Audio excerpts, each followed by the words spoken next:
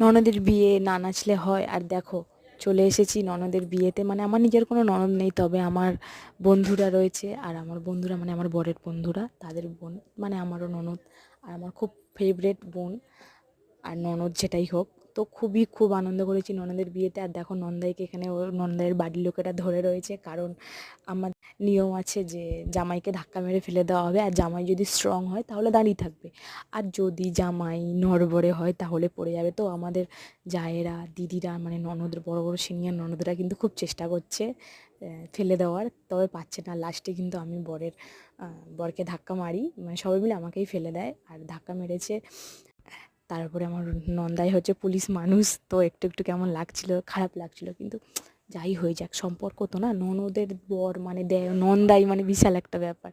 তো তারপরে দেখো আমি আমার নন্দাইকে বলছি তোমার কিন্তু হবে, এবার ব্যবস্থা হবে, রেডি হয়ে থাকো। আর নন্দাইয়ের বড় শালি মানে ওই যে ধাক্কা দিয়ে ফেলে দেওয়ার চেষ্টা করছে, তো তাও নন্দাইকে ধরে রেখেছে নন্দাইয়ের মানে বাড়ির ওনার জামাইবাবু, ওনার দাদা।